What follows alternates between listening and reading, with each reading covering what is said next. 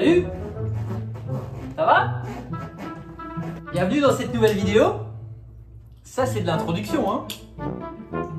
Je ne sais pas trop comment on va commencer la vidéo, donc je la commence là aujourd'hui. Aujourd'hui c'est samedi, donc c'est le jour avant que vous voyez cette vidéo. Sauf que cette vidéo elle a commencé bien avant. Parce qu'il y a beaucoup de choses qui traînent. Hop. Ça tarde, c'est long, c'est vraiment long. C'est vraiment long ce périple.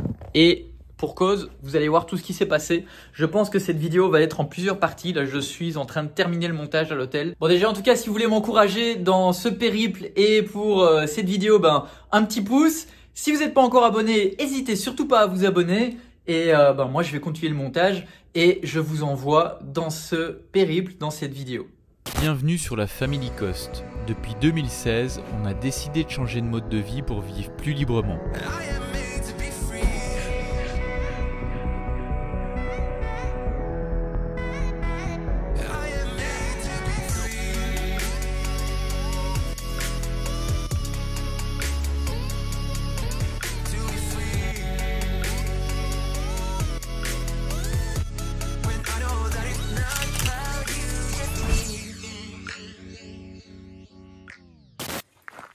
Bon, on est mardi et demain, regardez qui est-ce qui me suit. Ils sont trop marrants. Oh bah c'est bien, tu fais tes besoins dehors. Bravo, bravo. Doucement caramel. Regardez-moi ça comme ils sont trop mignons. Et ouais, on est mardi, demain matin, je prends la route pour aller au Canada avec le pick-up. Tout est prêt. Je vous ai pas trop filmé, mais je suis allé le faire laver, vraiment bien décrassé et tout. Il est vraiment bien fait. Voilà, c'est pas facile parce que franchement, laisser la famille autant de temps. Donc là, l'idée c'est que je vais jusqu'à la frontière américaine. Je vais essayer de passer parce que là, normalement, il devait débloquer là, le 21. Donc hier, c'est ça que j'attendais jusqu'hier. Ils devaient débloquer la situation, sauf qu'ils ont repoussé encore d'un mois. Il y a certains voyageurs qui ont réussi à passer, d'autres non. Donc je vais aller jusque là, je vais expliquer la situation et puis on va voir parce que on n'a pas réussi à faire changer les papiers du pick-up et les mettre en plaque mexicaine et tout ça. Et voilà, maintenant que la caravane est rentrée dans la construction, elle est à l'abri et tout, il n'y a plus besoin de la bouger. Et on n'a plus besoin du pick-up en fait. Le pick-up c'est quand même, il vaut quand même encore 25 000 $ US. Et c'est de l'argent qu'on n'a pas envie de perdre. Et du coup la seule solution c'est que je fasse ces 6000 km là. Il y a 59 heures annoncées sur le GPS pour aller jusqu'à la frontière du Canada. Sachant que dans tout ça, il y a les frontières, il y a tout, il y a le temps, il y a les imprévus qu'il y aura sur la route et tout. Donc je pense que je vais être parti, si tout fonctionne jusqu'au bout, environ 15 jours. Là, j'ai environ 3 jours pour aller jusqu'à la frontière des États-Unis. Si ça va pas, 3 jours pour revenir, donc ça fera une semaine. Hein. Mais il faut que je teste, il faut que j'aille jusque là et voir. Et si ça passe, après j'ai le temps pour aller jusqu'à la frontière américaine. Donc voilà, là j'ai passé pas mal de temps avec les loulous aujourd'hui, on a bien joué. C'était cool, c'était marrant, on a bien rigolé. Et c'est difficile parce qu'ils vont, franchement, ils vont me manquer quoi. Les animaux vont me manquer, Audrey va me manquer.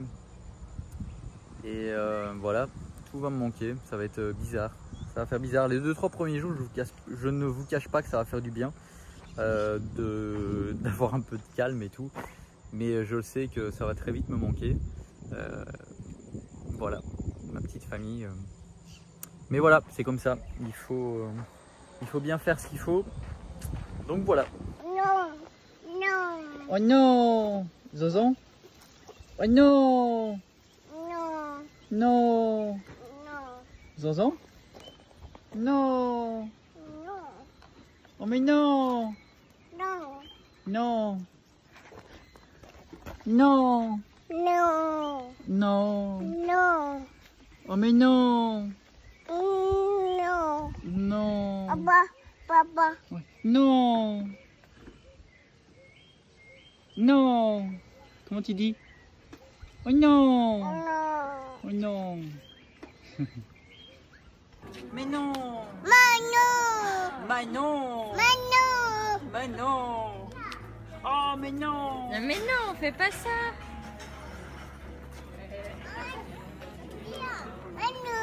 Eleanor, mais non. Oh mais non.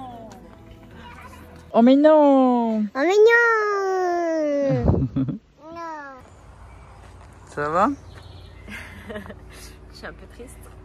Pour le pick-up? Non, pas que pour ça. Je serais partie, ça va être long. C'est pas ma mouche. On en a vécu des aventures. Hein. On a toujours plus été attachés à lui qu'à Liberty. C'est vrai, hein? Bah les deux, hein, c'était... mais ouais. C'est vrai que lui... On a passé tellement de temps dedans. Ça a permis de faire tellement de choses. T'as l'impression que t'es tout petit, là t'es un enfant. C'est l'argent de l'appartement. C'est l'argent de l'appartement, ouais. J'ai l'impression que t'es tout petit. Là t'es tout petit. Oh mais non. Oh non. Comment tu dis? Oh non. Non, tu fais plus. Ça ma puce. Mais la Zozo, t'as celui-là. C'est les mêmes. Allez, je vais remplir ma bouteille d'eau. C'est les mêmes. Celui-là, l'accroche. Je vais remplir ma bouteille d'eau et... Et tu reviens. Mais oui, je reviens. Bien sûr que je reviens. Bon, et ben voilà, c'est parti. J'ai 61 heures de route jusqu'à la frontière au Canada. Et là, j'ai 1 jour et 2 heures, donc 26 heures de route jusqu'à la frontière des États-Unis pour la première étape. Là, je vous cache pas que ça a été vraiment très difficile la séparation avec la famille. C'est la première fois que je pars aussi longtemps comme ça. J'étais parti une fois, une semaine, mais avec Titi. Et déjà, j'étais pas tout seul. Et là, ouais, ça fait vraiment bizarre. Parce que là, si tout va bien, j'en ai pour 10 à 15 jours. Le temps d'aller jusqu'à la frontière là-bas et puis de reprendre un avion et de revenir. J'ai déjà 3 jours là juste pour aller sur la frontière des États-Unis. Et voilà, ça va faire longtemps sans ma petite famille là. C'est pas tous les jours facile. Franchement, je pensais que j'allais être content en partant et tout parce que bah, ça fait du bien de souffler un peu. Et en fait, bah là, je vais quand même profiter de ces moments de calme et pour me prendre du temps avec moi et tout ça parce que c'est important. Mais putain, qu'est-ce qu'ils vont me manquer?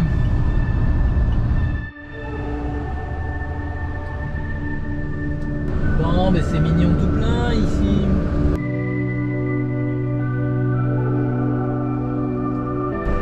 Dans 200 mètres, restez à droite. D'accord, reste à droite.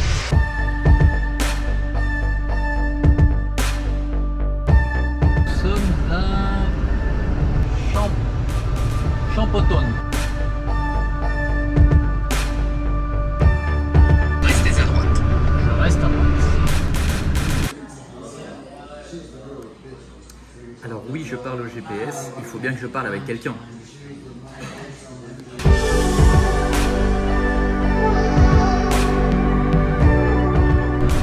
Là, ça fait 4h30 que je roule.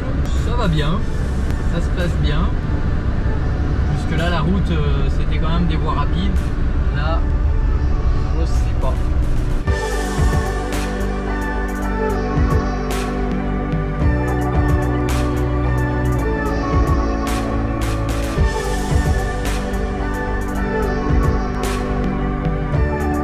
Danger signalé devant. J'aurais dû prendre le masque. Qu'est-ce qu'il faut pas faire pour faire un partenariat sérieux? J'espère qu'il n'y a personne qui va rentrer hein, parce que...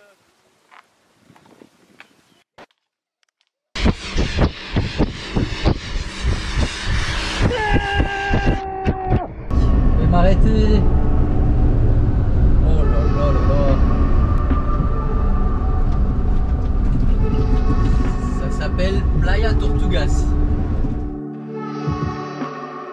Bon les compagnons, je fais une pause de 2 minutes quand même. Parce que ça vaut le... C'est sympa hein, la route. Là je suis sur la route là. Et je vois ça tout le long de la route. C'est plutôt cool.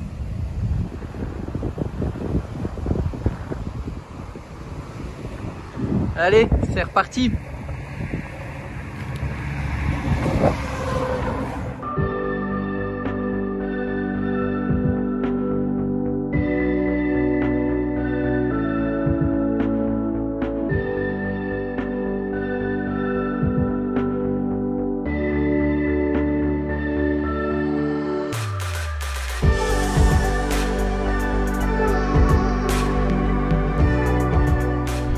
Alors là, le paysage a complètement changé d'un coup.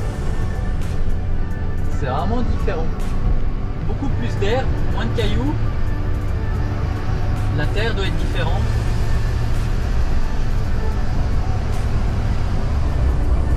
Beaucoup plus tropical, je dirais.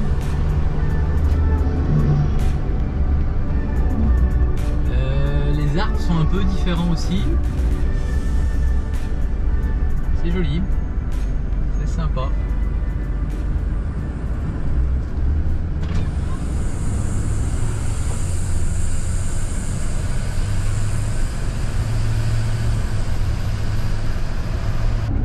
Bienvenidos a Tabasco.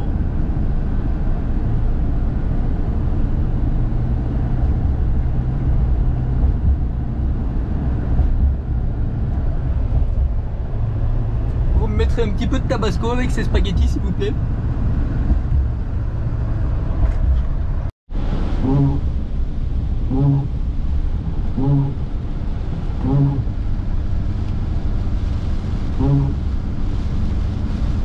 Et coucou, une nouvelle journée qui démarre. On est jeudi et je viens de quitter Villahermosa, direction toujours Matamoros, hein, la frontière avec les États-Unis. Même si je serai pas là aujourd'hui parce que il annonce encore 16 heures de route, 15h54 exactement. Et bon, on verra jusqu'où je vais aller, quoi. On verra bien. Donc c'est parti, ça continue.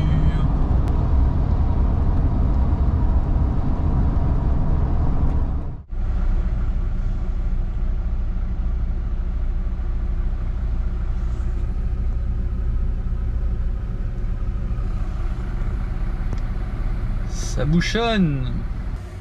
Bon bah je suis bloqué dans les bouchons depuis une petite heure maintenant. Et c'est marrant de voir que les Mexicains en fait ça m'épatera toujours qu'ils prennent ça normal quoi, bien. Ils ont quand même le sourire et tout, enfin, c'est marrant parce que les gens sont sortis de leur véhicule là, pas tous mais quelques-uns. Puis voilà, y a rien de grave. En Europe, on serait tous en train de râler quoi. Mais là, bref. Et voilà. Il y a des petites leçons comme ça à tirer. De toute façon, qu'est-ce qu'on peut faire d'autre? Rien, on est bloqué. Ça va rien de râler, là, ça va rien changer. Ah voilà. Bon, ça semble s'être débloqué. Il y a des gens qui arrivaient pour commencer à vendre des trucs. À mon avis, les gens qui vivent de l'agriculture et tout ça ici proche ont dû être informés. Et du coup, pour eux, c'est une aubaine, quoi. Alors, je sais pas du tout qu'est-ce qui s'est passé. Sur Waze, ça disait des travaux, mais c'est fou parce que j'étais en train de commencer à me demander en fait, imaginons ça dure, je sais pas, 5 heures ou plus. Par exemple, là j'ai pas prévu, j'ai rien à manger. Bah comment on fait? Bah voilà, il y a des gens qui commençaient à arriver pour vendre des choses. Donc Donc c'est cool. Après lui il vend pas de la bouffe, il vend des accessoires électroniques, mais voilà. Bon ben voilà, du coup j'ai acheté des bananes séchées. C'est cool ça. 40 pesos, 20 pesos le sac. Voilà. C'est bien. C'est quand même fabuleux hein. On est en plein bouchon, au milieu de nulle part. Puis t'en as qui passent pour vendre des trucs quoi. C'est cool, mais ils sont arrivés avec des motos et tout. Mais c'est bien. C'est bien, ça. D'un côté ça rend service, d'un autre côté ben eux ils font leur argent quoi. Je vais acheter des chips aussi. Ouais, ils sont super organisés les gars. Ils arrivent de par là, il doit y avoir un petit village par là. Ils sont arrivés là par un petit chemin. Oh, c'est Mourad qui appelle. Regardez, c'est Mourad. Comment ça va? Comment on va? Ben ça va. Et toi? Je filmais pour les compagnons pour expliquer qu'on est dans un bouchon. Puis t'as la petite moto qui arrive de nulle part de la nature avec plein de trucs de bouffe et plein de trucs à manger et tout dans le bouchon. Ils arrivent et du coup voilà. Ouais, carrément quoi. T'arrêtes? Ah mais c'est un accident qui est... Oh putain. Oh. Ah ouais. Ah ouais, c'était un accident de fou, c'était pas des travaux quoi. Ça y est. Et lui il faut qu'il fasse gaffe sinon il va y avoir un autre accident. Waouh. T'es sur le deuxième alors t'es toujours sur le même? J'en sais rien, non mais je crois que je suis sur le même hein. Ben, c'est toujours, t'en as pas eu deux, t'as pas eu à un moment donné une zone où c'est... Ah mais là j'étais à l'arrêt depuis 1 heure environ là. Ah ben tu vas en avoir un deuxième alors je crois, malheureusement. Ah ouais? Ouais, qui a l'air plus gros que le premier.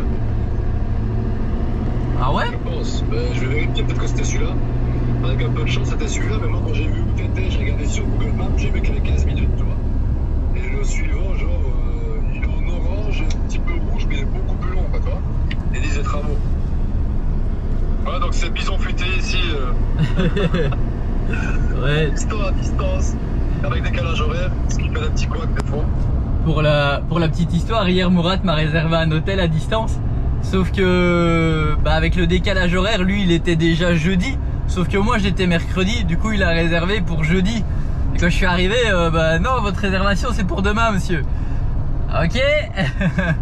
Mais bon ça va, ça a quand même bien dépanné. J'ai pu me rendre à un hôtel presque directement, sauf que l'adresse était pas la bonne.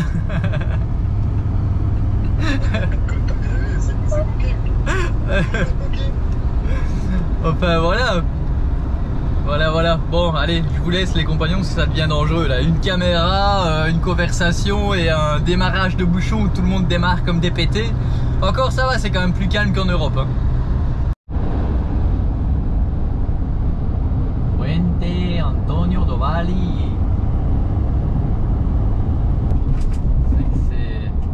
C'est ric-rac, on va rester derrière. C'est beau, les montagnes, ça faisait longtemps que j'avais plus vu de montagne.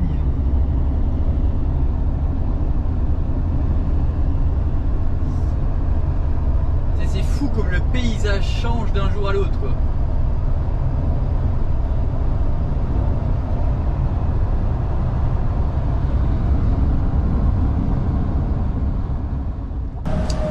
Bon les compagnons, je viens de m'acheter là, je sais pas, un bon litre de jus d'ananas frais au bord de l'autoroute. Voilà. Ça c'est bien, ça va être plein de vitamines ça. Super beau là.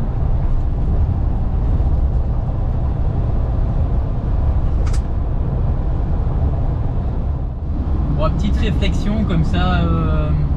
Voilà, j'ai le temps de penser, donc ça vaut ce que ça vaut. Hein.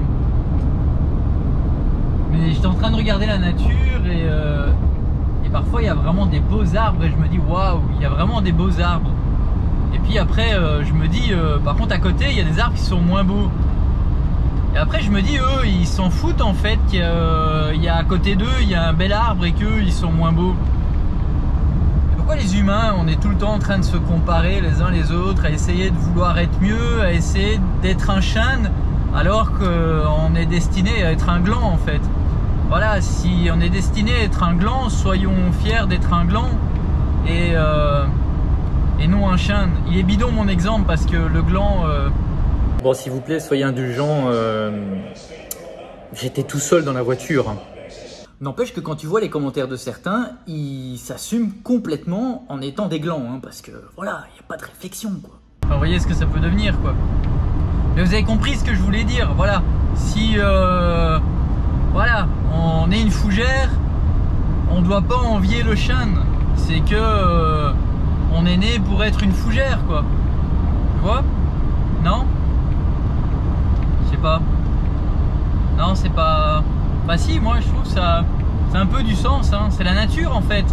Voilà, on est comme on est, puis c'est tout. C'est la nature, il y a des petits, des grands, des gros, des maigres, des ultra maigres. Puis pourquoi vouloir essayer de grossir? Pour plaire aux autres? Pour se sentir mieux? Mais si on apprenait à s'aimer comme on est, non? Je sais pas. Après je dis ça, mais même moi, voilà, je me suis pas toujours senti bien dans ma vie. Parfois encore, ça peut arriver, hein. Je me dis, voilà, que avec quelques kilos de plus, je serais mieux, quoi. Ce matin, je regardais une vidéo sur le charisme. Je suis tombé là-dessus parce que je regardais ouais, un truc, j'ai tapé Flavie Flamand sur internet. Vous savez, c'est celle la journaliste d'RTL, enfin celle qui fait voilà, qui fait des émissions. Parce qu'on a été contacté pour passer dans son émission la semaine prochaine, mais c'est impossible en fait. Moi, je suis en voiture, Audrey, elle est seule à... Enfin, elle a Betty avec elle, mais ça serait trop compliqué pour faire l'interview. Et du coup, je suis allé voir, ouais, il y avait un truc sur le charisme. Je faisais une vidéo là-dessus il y a plusieurs mois. Et voilà, ça parlait du charisme, ceux qui en ont, ceux qui en ont pas, comment en avoir plus.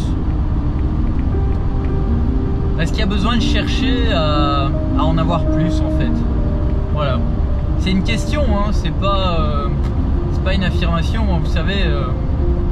Moi je sais rien. Enfin si, moi tout ce que je sais, bah, c'est que je sais rien. Voilà. Wow, wow, wow, wow, wow. Démarre pas toi, hein. Ils sont fous là. Bon voilà, sur ce, si ça vous fait réfléchir, tant mieux. Si ça vous a ennuyé, bah tant pis, hein. Voilà. Bon, je suis au port de Veracruz.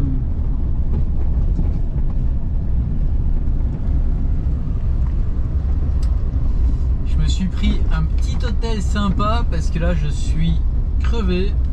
Il est 17h11.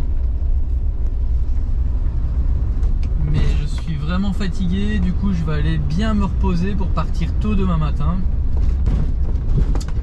Et voilà. Je vais être dans le centre historique. Ça va être cool. C'est quand même beaucoup plus joli que Villahermosa, hein.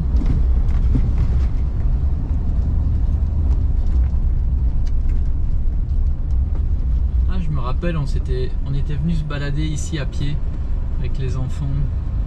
Il n'y avait pas encore Zonzon.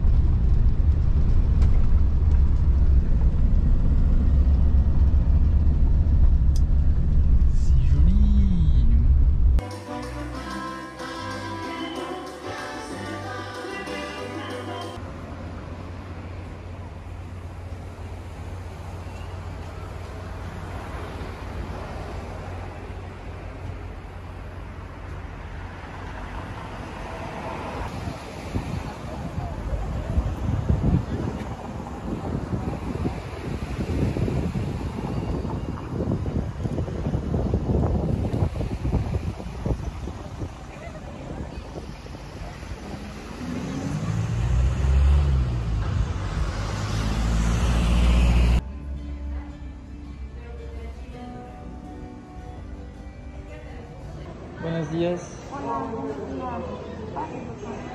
Gracias. Oh, c'est mignon tout plein.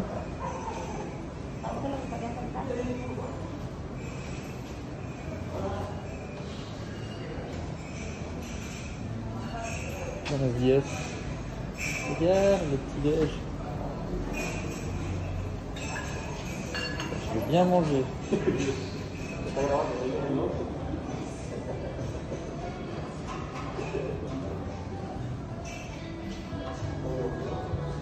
Hello, hello, nous sommes vendredi. Alors vendredi 25, pas le vendredi de là que vous regardez la vidéo là. Ouais, c'est long ce périple, c'est long, vous allez voir. Ne quittez pas. Je démarre de Veracruz, direction Tampico. Je pensais arriver aujourd'hui à la frontière à Matamoros, mais j'avais surestimé le temps que j'allais prendre sur les routes. Là, il est 11 h, je démarre seulement. Parce que le petit déjeuner était trop bon et que j'ai trop bien dormi et que voilà, je me suis réveillé à un peu plus de 8 h, puis tranquillou, j'ai pris une petite douche, je suis allé prendre mon petit déj et voilà, j'ai un peu traîné parce que de toute façon j'ai regardé au niveau des hôtels et tout ça, il y avait que Tampico et après Matamoros, et donc là j'ai 6 heures de route jusque Tampico et après j'en ai 6 autres jusque Matamoros. Du coup bah, ça va couper le chemin en deux.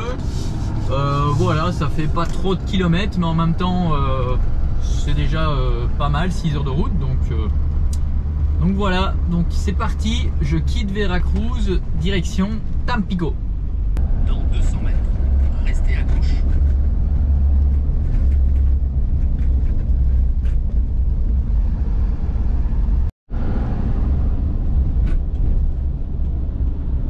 Oh, toutes les voitures.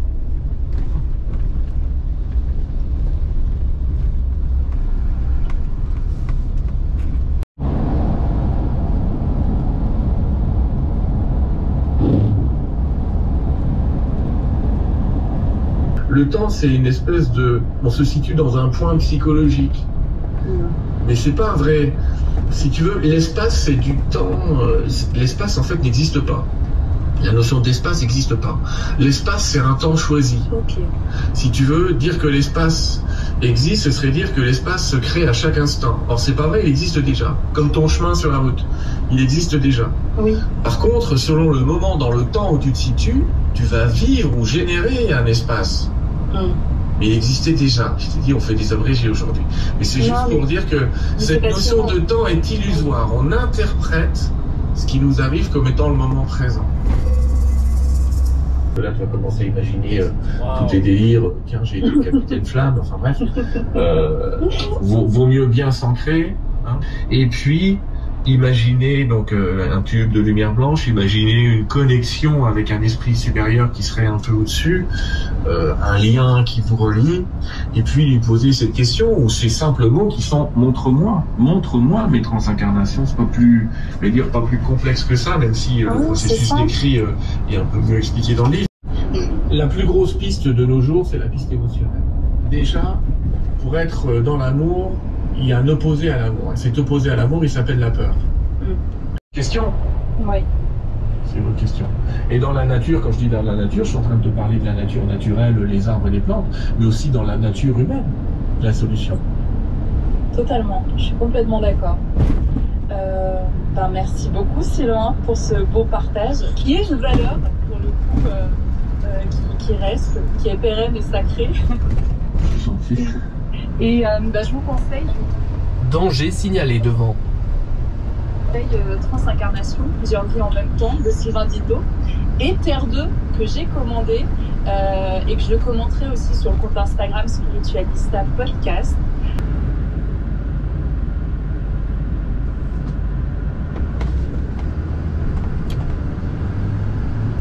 Alors là, je sors d'un village, j'ai même pas vu où est-ce qu'on était, mais c'est assez rare parce que le Mexique est très très très brouillon. Et là, je me disais, waouh, c'est... Franchement, c'est propre, ça a l'air organisé. Il y a des petits pavés sur le côté de la route. La route est quand même pas trop mauvaise. ouais, je suis étonnamment surpris. C'est bien, ça fait plaisir à voir. Et le Mexique, c'est ça, hein, il y a vraiment...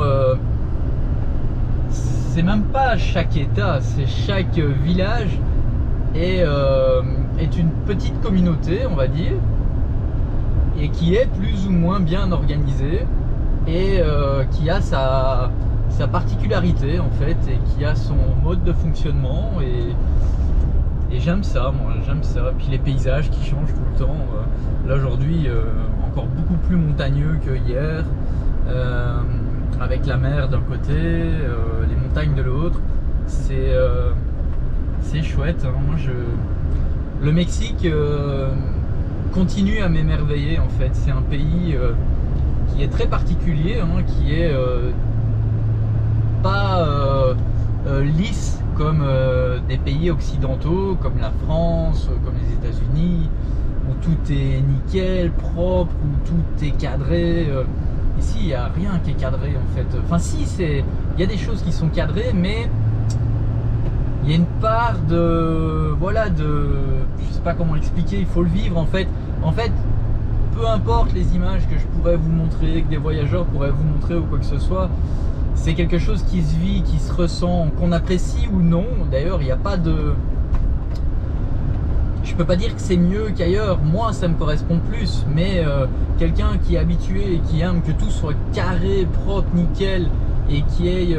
voilà, que ça soit comme en France, par exemple, bah, il va peut-être pas aimer, en fait. Parce que voilà, il y a des endroits, il y a plein de poubelles, ça brûle les poubelles, c'est pas, les routes sont pas toujours nickel, les gens sont pas ponctuels, voilà, des choses comme ça qui pourraient irriter et faire dire que ah non, moi j'aime pas ce pays. Voilà, je pense qu'il faut vraiment le vivre pour le comprendre et se faire son propre avis sur le Mexique. Mais moi, j'adore, quoi.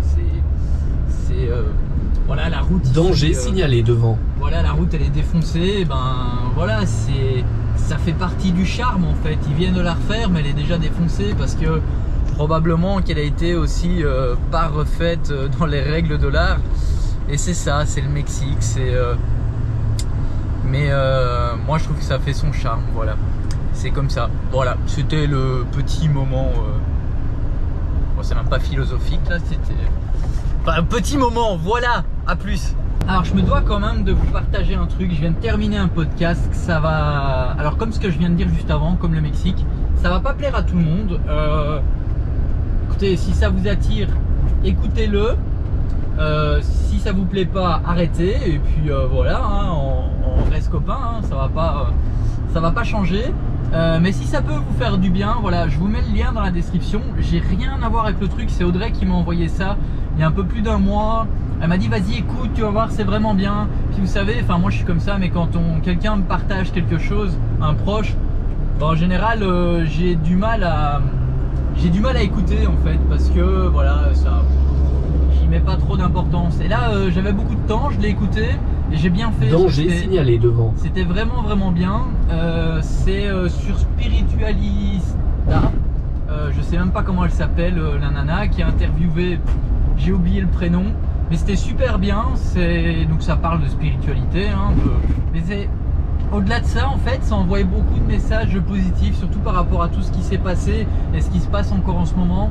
Et moi ça me fait du bien, donc si ça peut faire du bien à certaines personnes, écoutez, je mets le lien dans la description. J'ai rien à voir avec le truc, rien à y gagner, voilà, mais voilà, je partage vu que c'est un peu le terme du truc. Bisous. Sinon, on reçoit toutes les vérités des adultes et puis on se fait endoctriner. Et donc, un enfant, il doit, comme le disait déjà Montaigne, il doit apprendre à juger. Et donc, il s'agit de comprendre et de voir si ce qu'on me dit, c'est vrai. Est-ce que c'est juste aussi pour moi? Comment je peux le recevoir? Et surtout, à une époque où il y a tellement de rumeurs, de fake news, de mensonges, etc. C'est très important d'apprendre à être lucide et à discerner. Puis la deuxième raison, c'est que les enfants, c'est des petits philosophes. C'est-à-dire qu'ils adorent philosopher, se posent les grandes questions de la vie, du bonheur, de l'amour, etc. et tout. Et donc, ça les aide beaucoup de réfléchir à ces questions-là. Et plus ils y réfléchissent jeunes, plus ils arrivent à mieux orienter leur vie. Et puis la troisième raison, c'est que ça leur donne confiance en eux. Un enfant, souvent, il a des pensées profondes, mais on lui demande jamais. Il va à l'école, il doit apprendre et répéter ce qu'il a appris. Mais jamais à l'école, on va lui dire, et toi, tu penses quoi? Et alors que là, dans un atelier philo, on dit à un enfant, et toi, tu penses quoi? Du bonheur, de l'amour, de la justice, de la vérité. Qu'est-ce que tu en penses? Et souvent, les enfants nous surprennent par la profondeur de leurs réponses, et donc ça leur donne confiance de voir qu'ils sont reconnus comme des interlocuteurs valables, et pas simplement comme des vases qu'il faudrait remplir. Oui, en référence à Maria Montessori. Voilà, exactement. Il y a beaucoup de pédagogues, bien évidemment, qui ont compris ça. Et déjà Montaigne disait l'éducation, c'est pas un vase qu'on remplit, c'est un feu qu'on allume. Ce feu du désir de connaître, de comprendre. Et donc les ateliers philo permettent vraiment tout ça, et ça permet aussi l'écoute de l'autre, parce qu'on s'aperçoit que les enfants souvent ils s'écoutent pas, ils pensent connaître les choses, alors que quand ils dialoguent d'un point de vue philosophique, c'est-à-dire avec des arguments, ils s'aperçoivent que des fois les autres ont des meilleurs arguments qu'eux et peuvent les convaincre et les faire changer d'avis.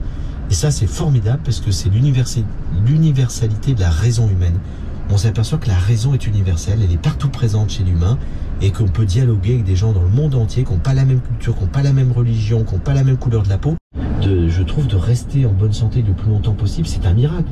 Et donc il y a tellement de miracles de la vie que je me dis, il faudrait garder cet émerveillement, parce que au fond on s'habitue à tout nous paraît normal, et on ne voit que négatif et on ne fait que critiquer. Surtout en France, parce que là, effectivement, c'est le caractère français de voir toujours le verre à moitié plein. Mais en fait, je trouve que si on regarde le positif de la vie, de l'existence, bien il y a de quoi s'émerveiller en permanence. Et vous savez, les informations nous disent tout ce qui va mal sur Terre, mais ce qui va mal sur Terre, c'est peu de choses par rapport à tout ce qui va bien. On va pas nous dire tous les soirs, il y a 7 milliards d'êtres humains qui ont vécu heureux sur Terre aujourd'hui. On nous dit qu'il y en a tant qui sont morts, il y a eu tel problème, il y a eu tel désastre.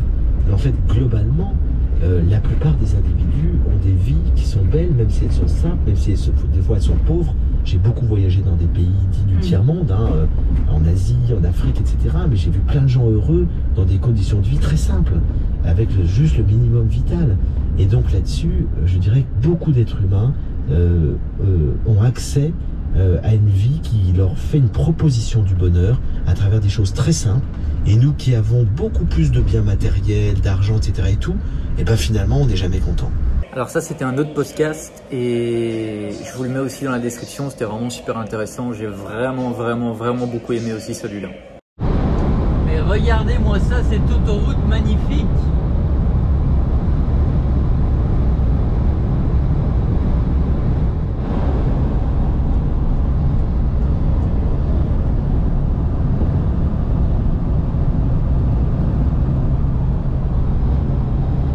Vous voyez, ils cultivent principalement tous les citronniers, orangiers, je sais pas ce que c'est exactement, citronniers je pense, sur les montagnes, sur les buttes en fait.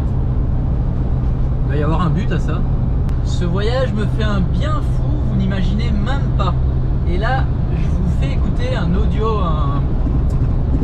un message vocal que Mourad m'a envoyé et qui révèle mon état d'esprit actuel et qui est très juste. Beaucoup de mes réflexions que j'ai eues pendant que je faisais des trajets en voiture.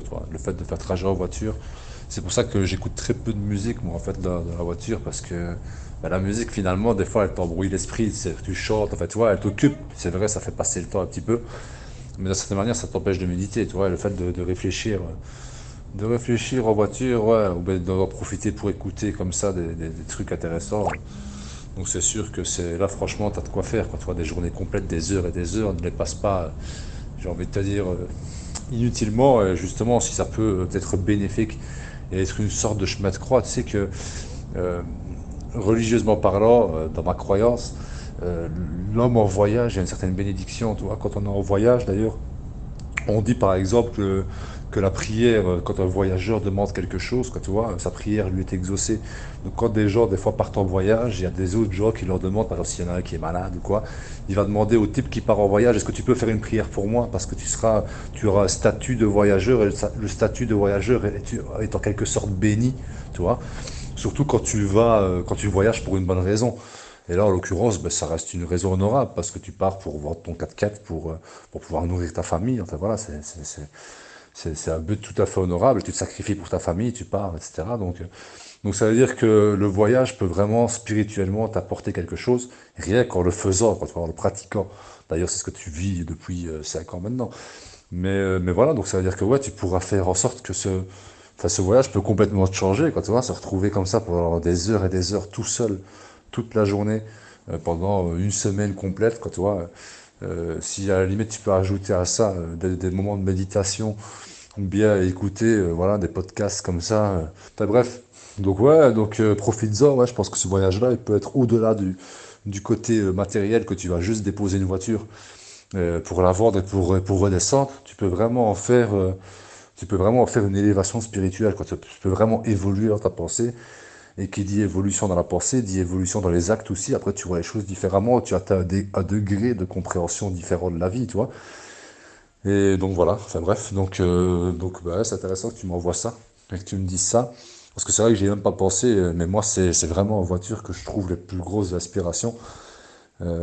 Après, ça dépend quand tu penses, parce qu'il faut se méfier aussi, parce qu'on dit que le compagnon de l'homme seul, c'est le diable. C'est-à-dire qu'il faut, des fois aussi, ça peut être dans l'autre sens. Tu peux radoter des choses dans ta tête, toi, des fois te faire des paranoïas sur certaines choses, ou des fois, dès que tu vois que tes pensées partent sur le négatif, évidemment, il faut mettre une barrière mentale et s'arrêter et se dire non, je vais partir sur du positif. Enfin, toi, t'es comme ça de toute façon, donc j'en doute pas que tu le feras. Mais voilà, donc ouais, donc écouter des podcasts, ouais, un petit peu. Ouais, amener des choses, en fait c'est un petit peu une sorte, toi, tu titilles ton cerveau, quoi, toi. Tu mets des choses qui finalement te stimuler, voilà. Stimuler ta pensée, stimuler ta réflexion. Et de là, après, en méditant ta réflexion, bah hop, tu vas commencer à comprendre des choses. Tu vas dire, oh merde, ah ouais, putain, ça j'avais jamais pensé, mais en fait, il y a ça, en fait, c'est comme ça, tu vois. Ben voilà, ben écoute, profites-en pour ça, que ce voyage te soit bénéfique dans tous les sens du terme, qu'il soit matériel, spirituel, intellectuel, ou pour Isabelle. Hello les compagnons, on est samedi, j'ai quitté Tampico il y a environ 1 heure, il est 9h12 du matin. Et dernier jour de route au Mexique, j'espère. Il me reste 422 km là à faire, 4h36 de route. Je devrais arriver à environ 2h de l'après-midi à la frontière. Et on verra. En tout cas, ici le paysage a encore changé. C'est le nouveau plat, mais ici c'est vraiment de la terre, comme on peut connaître en Europe, hein, avec des champs. Des champs qui ont l'air par contre bien dénudés et remplis de pesticides comparé à dans le Yucatan. Mais voilà. Mais sinon ouais, le paysage pour l'instant est banal, mais la route est bonne. La route est vraiment bonne. Et je vais continuer d'avancer et je vous tiens au courant. J'espère que je vais réussir à faire une vidéo pour vous ce dimanche, que j'aurai le temps, ou alors que Audrey va en faire une. Je sais pas qu'est-ce qu'elle a fait de son côté, on n'en a pas discuté de ça. Mais voilà, on va voir. Si j'arrive à passer la frontière franchement, et que admettons aller à 4h de l'après-midi, je suis de l'autre côté, je vais me poser à un hôtel tranquillou, je fais le montage, je mets en ligne et je redémarre demain. C'est un peu l'idée aux US. On verra. Inch'Allah, comme dirait Mourad. Allez. Bon, je suis à 1,8 km de la frontière. Je suis pas à l'aise, hein. Je déteste ça. Est-ce que ça va passer ou non? On va voir.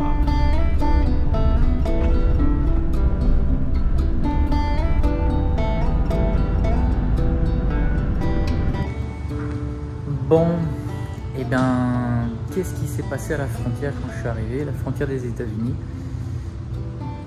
Ça a été long, déjà ça a été long, parce qu'il y avait énormément de voitures qui passaient. Et quand je suis arrivé là-bas, tout se passait bien, première personne, bien, tout bien. C'est juste qu'après j'ai dû aller dans les bureaux, ce qui est tout à fait normal. À chaque fois c'est comme ça parce qu'on est européen, donc c'est pas aussi simple que pour les Mexicains. Et là en fait il y a le chef qui est arrivé, et lui il a dit bah non, vous pouvez pas passer, la frontière est fermée. Je dis mais comment ça la frontière est fermée? Il y a des centaines de voitures qui passent par jour. Il me dit c'est fermé, si vous n'avez pas un motif d'urgence c'est fermé. Donc j'avais expliqué, j'ai dit la vérité en fait. Ils ont dit que c'était pas un motif d'urgence, donc je suis resté là un bon moment, mais rien à faire, ça n'a pas fonctionné. Donc après il n'y a pas de refus vraiment d'entrer dans le pays pour autre chose que le Covid. Donc ils n'ont rien mis dans le passeport ni rien, pas de dossier ni rien, donc c'est encore heureux. Mais voilà, du coup, je cherchais des solutions pour importer le véhicule soit au Mexique, soit aux États-Unis, parce que je me suis rendu compte qu'à la frontière, il se passait beaucoup de choses par rapport aux importations de véhicules. Et j'ai cherché pendant un moment, j'ai pas trouvé. Ce qui s'est passé. Et vous savez quoi? Je suis aux États-Unis! Ça y est!